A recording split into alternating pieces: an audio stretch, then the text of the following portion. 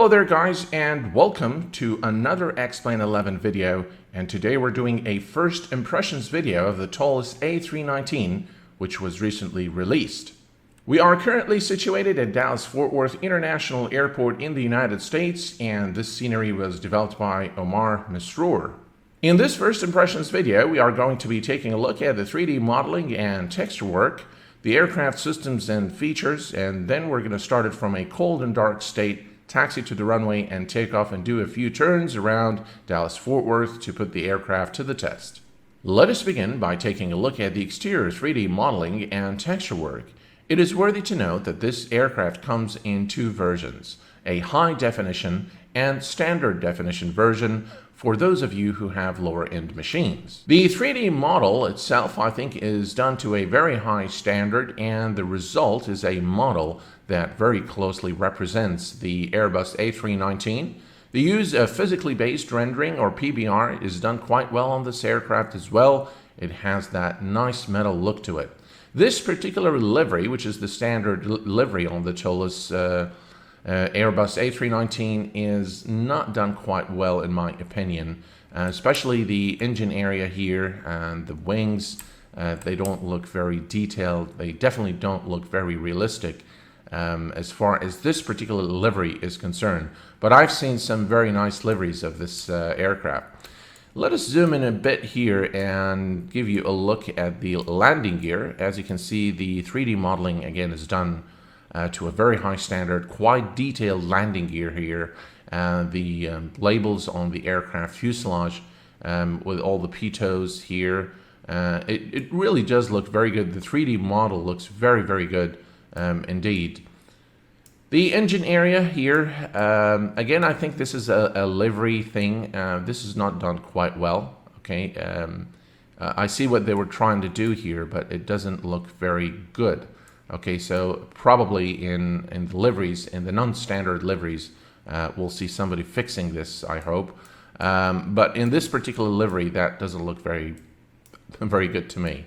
Okay, otherwise, the 3D model is actually a very nice looking model. The interior 3D modeling and texture work of this ToLiSs A319 3D cockpit is done to an acceptable standard in my opinion. It is not exactly my idea of high fidelity, but with that said, I think the overhead panel is done quite well. It's very representative of the real aircraft. This area here, I think, is where we need some improvements. I think those panels need a little bit of work to make the aircraft a little more realistic. Definitely this area here does not look very realistic. The buttons in this area do not look very realistic. The central pedestal area is looking okay. Some improvements again in the texture work I think would really come a long way and make this aircraft far more immersive and realistic in terms of the visual appeal. The final assessment for the 3D modeling and texture work is pretty good. It's not excellent though, in my opinion, especially during nighttime, and I will show you this later on in the video. The cockpit night lighting during nighttime is absolutely terrible, and it looks nothing like the real Airbus. We'll take a look at that in a few moments.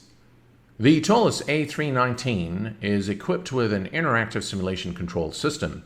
From what I've seen, I can tell you that there's a lot of work that has gone into programming this control system to make it very easy to use, very user-friendly, and quite functional in my opinion. This first tab here, the position situation, is reserved for a future feature.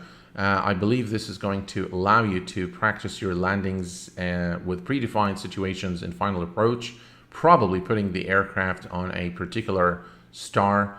The aircraft configuration tab is where you configure the aircraft payload in terms of passengers and cargo. And as you can see here, you can configure your passengers, the distribution of the passengers in the aircraft, as well as setting up your cargo.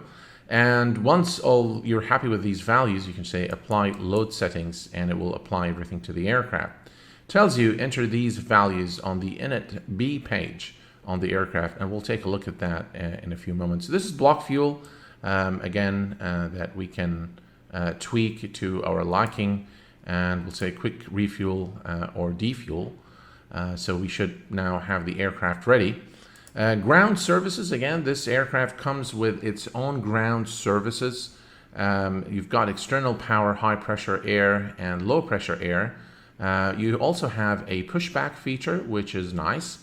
You can manipulate the aircraft doors from within this menu here.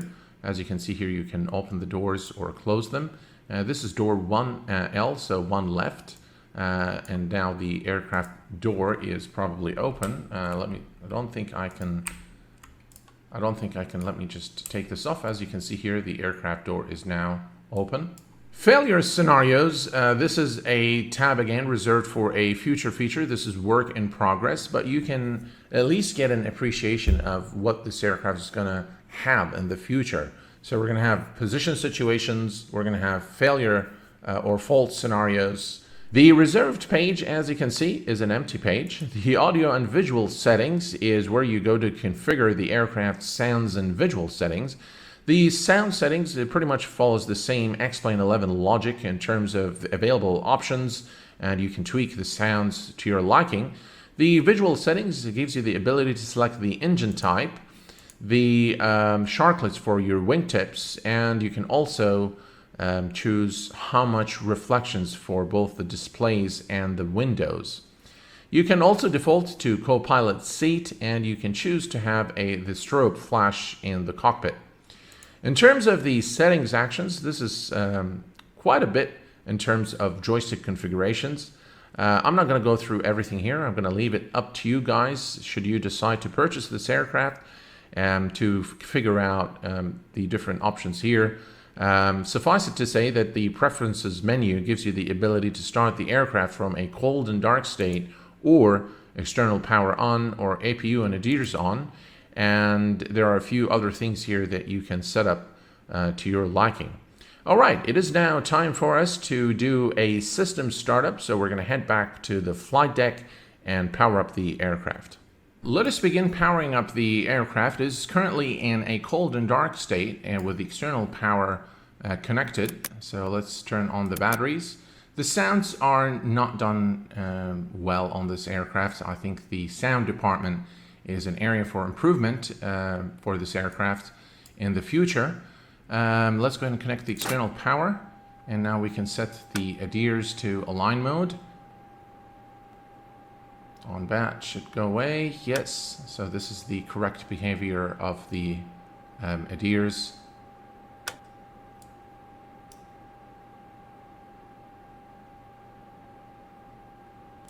Okay, we're going to go ahead and turn on the fuel pumps. The sounds are just terrible. And let's see here. We're going to turn on the seatbelt signs, and you know what? I think that those are switched, non-smoking signs. The auto normally is associated with the seatbelt signs, but you guys can correct me on that. I think that those should be switched. Emergency lights are armed, and everything else is good here. Let's go ahead and increase the brightness of our PFD so we can see what's going on, and the ND as well. And lower and upper ECAMs.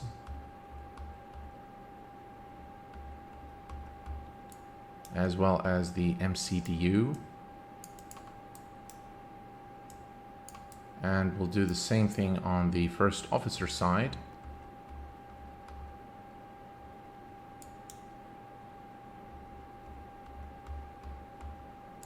Oh, come on.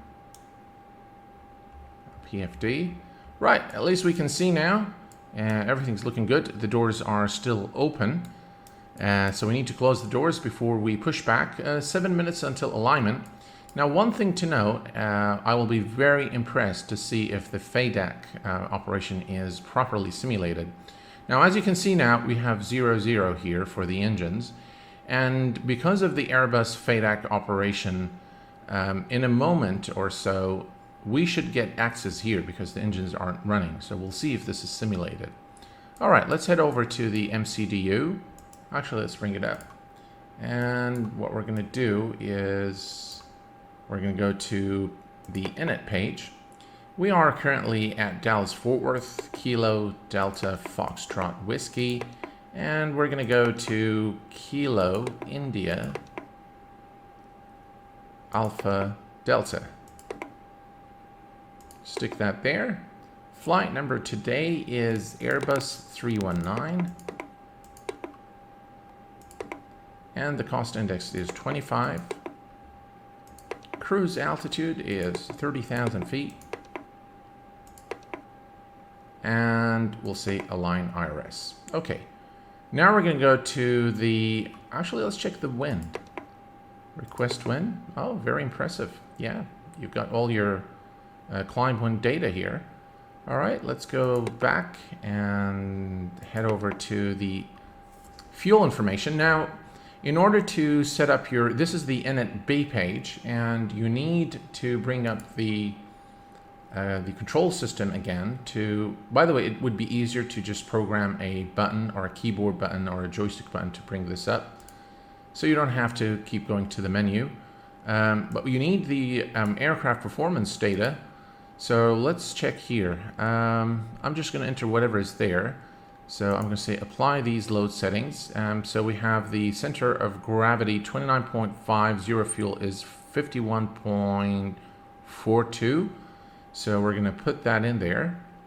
Let's clear this. So we have 29.5, 29.5, and we have 51.4, 51.42. We stick that here. Block fuel is 7. We put that there, and now we have the fuel prediction page all set up. What we can do now is go to our flight plan, and this is Dallas Fort Worth departure. We're going to do a 13 left departure through the DAL 4, and we're just going to EIC, and we'll say insert. And by the way, this isn't a real flight plan. I'm just kind of willy-nilly entering everything just for testing purposes, as this is a first impressions video. And we're going to scroll down to our destination, and we're going to select arrival. We'll do an ILS 01 center through the code 5 and CSN transition, insert. There's a disco there, obviously. So we'll clear that disco, and now everything is set. Okay. All right, we'll click on flight plan. Now, in the MCDU, in the real Airbus, when you click flight plan, it should take you to the very first waypoint, which is not happening here. This needs fixing, hopefully, in upcoming updates. So let's go ahead and scroll ourselves to the very beginning of the flight plan. All right, there we go. Okay, now we need to set our performance. And in order to set performance, we need to select the flaps, okay? Now, you will not be able to get your V1 speeds unless you select the runway, departure runway first from the MCDU. So we're going to select flaps 1 today, and as you can see now, we have the center of gravity, the trim, flex temperature, and our V speeds. So V1 is 147. We enter that here, 152 for V rotate, and 154 for V2, 154. Transition altitude in the United States is 18,000 feet, so we'll leave that alone. We have flaps 1 today, and we have, let's see here, down 0.1. So down 0.1, and we stick that here. And the flex temperature today is 65. So we stick that here, and now we are pretty much ready for engine start. As you can see now, we have all the X's here, and this indicates proper simulation of the FADAC operations aboard this aircraft. I'm very impressed to see this, actually. Okay, so we are pretty much now ready. We're going to go ahead and go back to flight plan, and we don't need the control system anymore. So all the doors are now closed. What we're going to do now is we're going to plan our pushback out of our position. So we're going to go to plugins, better pushback, plan the pushback, and let's see here. Oh, it's already there. Round to cockpit, plan acknowledged. Call me through the menu when you are ready. All right, we're just going to wait for the RS to, or the gears to align, and then we're good to go. In the meantime, we can go ahead and grab the altimeter real quick. Altimeter is 3026, which is already set. All right, and we're going to set the altitude to 30,000 feet. And now we're pretty much ready to go. We're going to turn on our beacons, and let's go ahead and start the APU. APU master is on, and start. And we're just going to wait for the APU now to become available, and then we're going to turn on the APU bleed, get rid of external power, and then we're going to push back. Hopefully by that time the RS will be fully aligned. The APU is now available, so we're going to go ahead and turn on the APU bleed. And we no longer need the external power, so we're going to turn this off.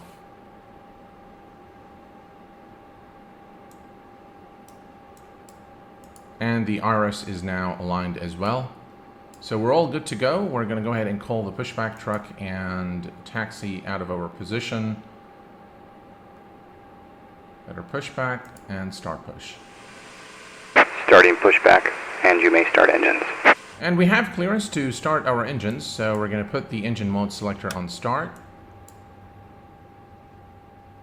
This is not exactly how it should look, but that's okay. Let's go ahead and start engine number 2 first.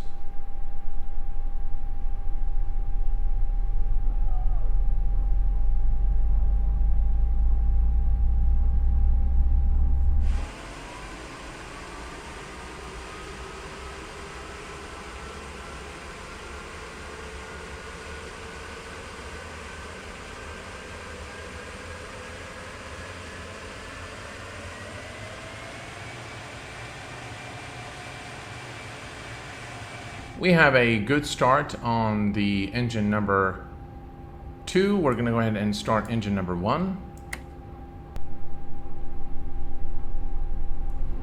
All right, we have a good start on both engines now. We're going to go ahead and change the engine mode selector to normal. And we're going to set flaps 1. Actually, let me do it that way. And we're going to arm the speed brakes. Auto brake to max. Cabin check. Right, let's go ahead and turn off the APU bleed. So is disconnected and bypass bin has been removed. Hand signal will be on the left. We'll see you next time. Have a safe flight. Runway turnoff lights are on, and I'm not sure what this cabin check is. All right, everything is looking good. I think we can go ahead and begin our taxi to the runway. This is our takeoff page, and we're going to go ahead and release the parking brake. Now if we click on to takeoff configuration, there is one blue, which is a cabin. I'm not sure how to clear that. There might be a some kind of a button to press, but I'm not sure. Okay, let's go ahead and release the parking brake, and let's go ahead and give it a little bit of power here and taxi to the runway. By the way, let me go ahead and show you the night lights. So I'm going to go ahead and change the time to nighttime, and as you can see, this looks absolutely terrible. Just looks nothing like the real Airbus in terms of the lighting. We are now lining up with runway 13 left, which is our takeoff runway today. All right, and let's go.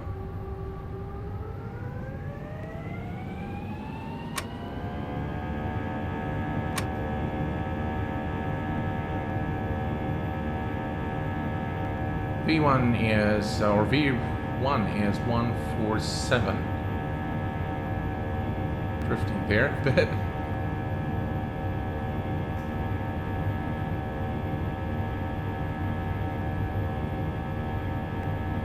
And we're coming up to V1 and rotate.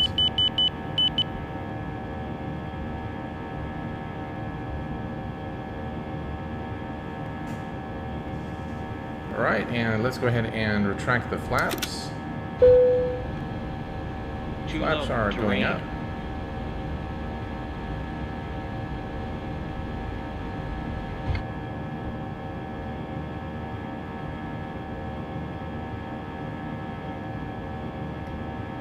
Right, and at this point we can retract the flaps.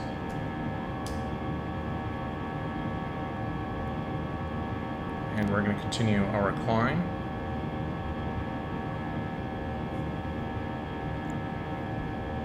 Climb thrust.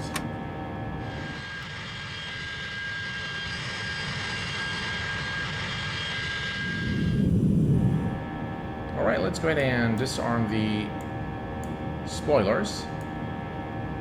By the way, we forgot to turn on the takeoff lights, so those should be turned off, actually turned on for departure, and I totally forgot to do that. I'll tell you, the aircraft actually flies very nice. I think the fly-by-wire is done quite well on this aircraft. There we go. Yeah. 10,000 feet and we can turn off our landing lights. Actually, we'll turn off all the lights. Alright, at this point I'm going to go ahead and engage the autopilot.